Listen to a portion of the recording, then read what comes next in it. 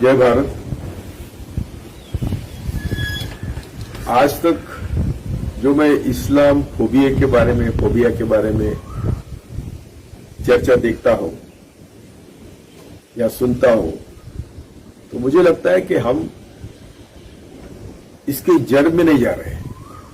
उसका कारण देश के पैमाने पर कारण अलग है और दुनिया के पैमाने पर कारण अलग है।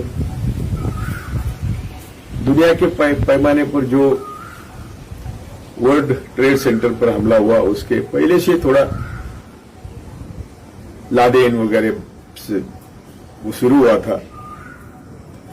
वो टावर पे हमला होने के बाद वो ज्यादा बढ़ गया और उसकी जड़ है अरब कंट्रीज में ऑयल का खजाना है।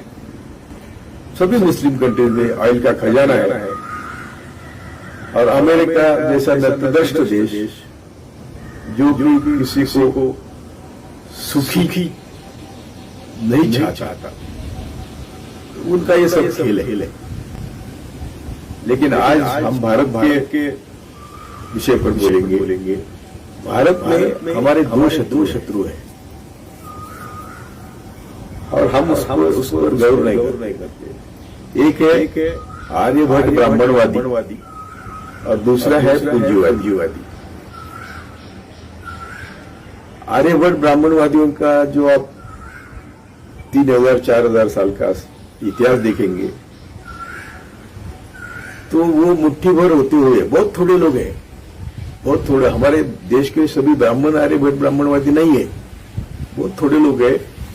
और आज भी मेरे ख्याल से आज देश भर में 1 लाख से ज्यादा लोग नहीं है। लेकिन वो यदि आप गोलवलकर, सावरकर, टिळक पढ़ेंगे तो वो भारत का मालकीना हक जमा के बैठे हैं और वो कभी छोड़ने को तैयार नहीं। तो मालकीना हक बनाने के लिए, मुट्ठी भर लोगों को मालकीना हक बनाने के लिए बाकी सबका भेजा सड़ाना पड़ता है, उनका विभाजन करना पड़ता है, उनमें झगड़े लगाने पड़ते हैं। तो ये संविधान तक ठीक रहा। संविधान आने के बाद डॉक्टर बाबा साहब अम्बेडकर ने हमें सबको बराबरी का दर्जा दिया। वही तो उनका दुख है, इसलिए वो संविधान को मानते नहीं, स्वतंत्रता आंदोलन को मानते नहीं। स्वतंत्रता आंदोलन में नहीं जाना बात अलग है, लेकिन उन्होंने विरोध किया और आंदोलन की जरूरत नहीं। सावरकर को तो इसलिए छोड़ा जेल से। तो उनकी जो वर्ण व्यवस्था है, जो मनुवादी सोच है, वो क्या कहते हैं कि जो ब्रह्मा के मुंह से आए वो देश के मालिक और बाकी सब उनके सेवक। वो जैन हो, गौतम बुद्ध से ये लड़ाई शुरू हो गई, महावीर से लड़ाई शुरू हो गई। लेकिन वो जो लड़ाई जीतते हैं वो ये जमीन पकड़ के रहते हैं और मौका मिलने के बाद, जैसा एक कोबरा होता है, जहरीला सांप होता है, वो फुटकारता है, वैसा वो फुटकारते हैं। बुद्ध के जमाने में 1000 साल तक, तो 500 साल, 1000 साल तक दुनिया में बुद्ध का स्वीकार हुआ, भारत में भी था। लेकिन मोहम्मद बिन कासिम को बुला के भारत का बुद्ध धर्म उन्होंने खत्म किया। यानी मुस्लिमों को आमंत्रण दिया, कोई यहां लड़ाई करके नहीं आया। और जो भी मुस्लिम राजा थे उनके तो कारोबार यही देखते थे। और जब ईसाई आया 50 में, तो किसने लिया? ये आर्यभट्ट ब्राह्मणों ने लिया, स्वीकारा। 630 में इस्लाम आया, किसने स्वीकारा? इन्होंने स्वीकारा। तो जहां भी लाभ है वो कुछ भी करने को तैयार होते हैं। और अभी हमको बोलते हैं कि वो मुसलमान आ गए। तो संविधान के बाद, सबको बराबरी का दर्जा मिलने के बाद हम सब लोग उनकी बराबरी करने लगे, तो वो सह नहीं सके। इसीलिए उन्होंने ये मुसलमानों के खिलाफ, उनका मुझे नहीं लगता कुछ है, वो मुसलमानों का डर दिखा के उनके तक नीचे के तबके को अपने अंडर दबाव में रखना चाहते हैं, इसलिए वो मुसलमानों को टारगेट करते हैं। वैसे वो भी जानते हैं, हम सब जानते हैं, लेकिन आप लोग भी मानते नहीं कि 99.99% सब मुस्लिम भाई और हम सबका खून एक है, हम सब एक है। पाकिस्तान के हो, बांग्लादेश के हो, ये सब इस्लाम धर्म क्यों, ईसाई धर्म क्यों लिया उन्होंने? तो वर्ण व्यवस्था के चलते जिन जातियों को ये उनके पैदल कुचलते थे, उन्होंने स्वीकार किया। आज हमारे कई लोग कहते हैं कि हम 800 साल आपके सत्ता पर थे, मुस्लिम बोल रहे, उलेमा कौन मौलवी मुझे माफ करेंगे, लेकिन उनको आज भी लगता है कि हम सत्ता में थे। अरे जो सत्ता में थे मुगल थे, वो बाहर से आए थे, उनका कौन है यहाँ? आप ऐसा क्यों करते? और ये आप ऐसा बोलने से संघ की ताकत बढ़ती है। बाकी सब तो लोग मूर्ख है, उनका सबका भैया सड़ाया है कि आप पुलिस बाजू करो, हम देखते हैं, हम 15 करोड़, आपको 135 करोड़ को भारी है। ये बोलने से फायदा किसका होता है? फायदा संघ का होता है। तबलीग के बारे में जो हुआ, वो क्या करते हैं? आप लोगों को फंसाते हैं। तबलीग को सब करने दिया, परमिशन दिया, एरोप्लेन से या हवाई जहाज से लोग आए, उनको तो आने दिया, चेकअप नहीं किया। यदि हमारे देश के 20-25 एयरपोर्ट वो जनवरी से आने वाले उनके तलाश करते, जांच करते, तो आज ये हमारे देश की हालत नहीं होती।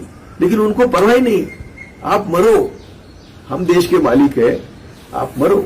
ये हमारा उनका हजारों साल का। तो आज जो हमारा एनपीआर है, सीएए है, एनआरसी है, ये नए नए हथखड्डे अपनाते हैं। कश्मीर खोज करते हैं, बाबरी मस्जिद से जो शुरू हुआ, तब तक वो थोड़ा दबे हुए थे। बाबरी मस्जिद गिराने के बाद उनको लगा कि अभी हम कर सकते हैं। उसके बाद गुजरात हुआ, आज भी चल रहा है। आज इतने भयंकर संकट में हम हैं कि करोड़ों लोग कोरोना बाधित है, लेकिन जांच नहीं कर रहे। इसे जिसको उसके लिए 3 के जांच करो,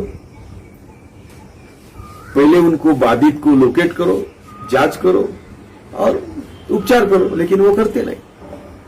आज करोड़ों लोग रास्ते पर है, आपको लगता है सिर्फ मुस्लिम लोगों के खिलाफ वो चल रहे हैं। देखो ना, अभी ये सब हिंदू है ना, उनकी क्या हालत है? मैं तो कहता हूं कि मुस्लिम अच्छी पोजीशन में है कि वो अपना उसका स्वावलंबन है, वो टायर निकालेगा, कुछ पंक्चर निकालेगा, कुछ अपने बलबूते पर खड़ा है। इस हमारे हिंदू का क्या हो गया? तो ये जो फोबिया है, ये सिर्फ हम उनके नीचे के तबके के लोगों को दबाव में रखने के लिए मुसलमानों को डर दिखाना है, और वो दिखाते रहे। अभी मीडिया उनका है, जुडिशरी उनकी है, ब्यूरोक्रेसी उनकी है, आईबी उनकी है, सीबीआई उनका क्या नहीं है? पहले वो स्वर्ग नरक की बात करते थे, अभी तो उनके पास लाखों करोड़ रुपए है। नोटबंदी के पहले उन्होंने सब उनके पैसे लाखों करोड़ प्रिंट करके लाए थे, सब तो वीडियो है। तो हमें सबको ये सोचना चाहिए कि ये हम उनको मौका देते हैं कई बार, तो ये मौका देना हमने इसका किसी तरह से उनको ये मौका नहीं देना चाहिए, ऐसा मुझे लगता है। एक बात। दूसरी बात ऐसी है कि हमारा एजुकेशन, ये एजुकेशन में भी मैं अभी मेरा एक आश्रम है, अनाथ आश्रम, इसलिए मैं भी नजदीक के बच्चों को, हमारे बच्चों के साथ रहने के लिए बुलाता हूं, आओ संडे रहो। बहुत फर्क है ना, उनको अंबेडकर मालूम है, ना उनको शिवाजी मालूम है, ना उनको। मैंने कई बार बोला कि आप लोग शिवाजी को दत्तक ले लो, गोद ले लो, क्योंकि शिवाजी के दरबार में तो सब मुस्लिम थे और वो भी इंपॉर्टेंट की पोजीशंस थे। तो उनको सिर्फ बहाना चाहिए और मुसलमानों को गालियां देने का मौका चाहिए, ताकि बाकी सब हिंदू यानी भारत पर मालकीना हक रखने के लिए वो करते हैं। मैं कई बार कहा हूं कि सब ब्राह्मणवादियों ने तय किया है कि अभी मौका है ब्राह्मणवादियों की देश के ऊपर मालकीना हक जमाने का मौका है। इसलिए देखो, सुप्रीम कोर्ट कहता है कि वो रास्ते पर चलने वाले से हम कुछ नहीं कर सकते। पटरी पर मरे तो बोलते पटरी पर क्यों सोए, उनको मालूम नहीं पटरी पर क्यों सोए। अरे जब चलते हैं तो रास्ते पर पुलिस चलने नहीं देते तो वो पटरी से चल रहे थे और थक गए तो थोड़ी रेस्ट के लिए, और जब ट्रेन नहीं है, सब लॉकआउट है, तो सो गए। और उनके लिए, यानी किसी गरीब के लिए, हिंदू हो, हिंदू गरीब बोला, अभी मुस्लिम गरीबों की छोड़ दो, हिंदू गरीबों के लिए इनके दिल में हमदर्दी नहीं। कल वो निर्मला सीतारामन क्या बोलती है, वो राहुल गांधी जाके उनको मिला वो रास्ते पर जा, तो बोले उनके बच्चे गोद में लेके क्यों नहीं चलता है राहुल। यानी उसको मालूम है कि रास्ते पर लोग चल रहे हैं, वो तो कबूल ही करती नहीं, बोलते हमने 80 करोड़ लोगों को धान दिया। अरे इसको मालूम नहीं कि देश की लोक संख्या सिर्फ आबादी 135 करोड़ है। तो आप लोग, मेरे ख्याल से ये मुस्लिम फोबिया, इसको डरने की बिल्कुल जरूरत नहीं।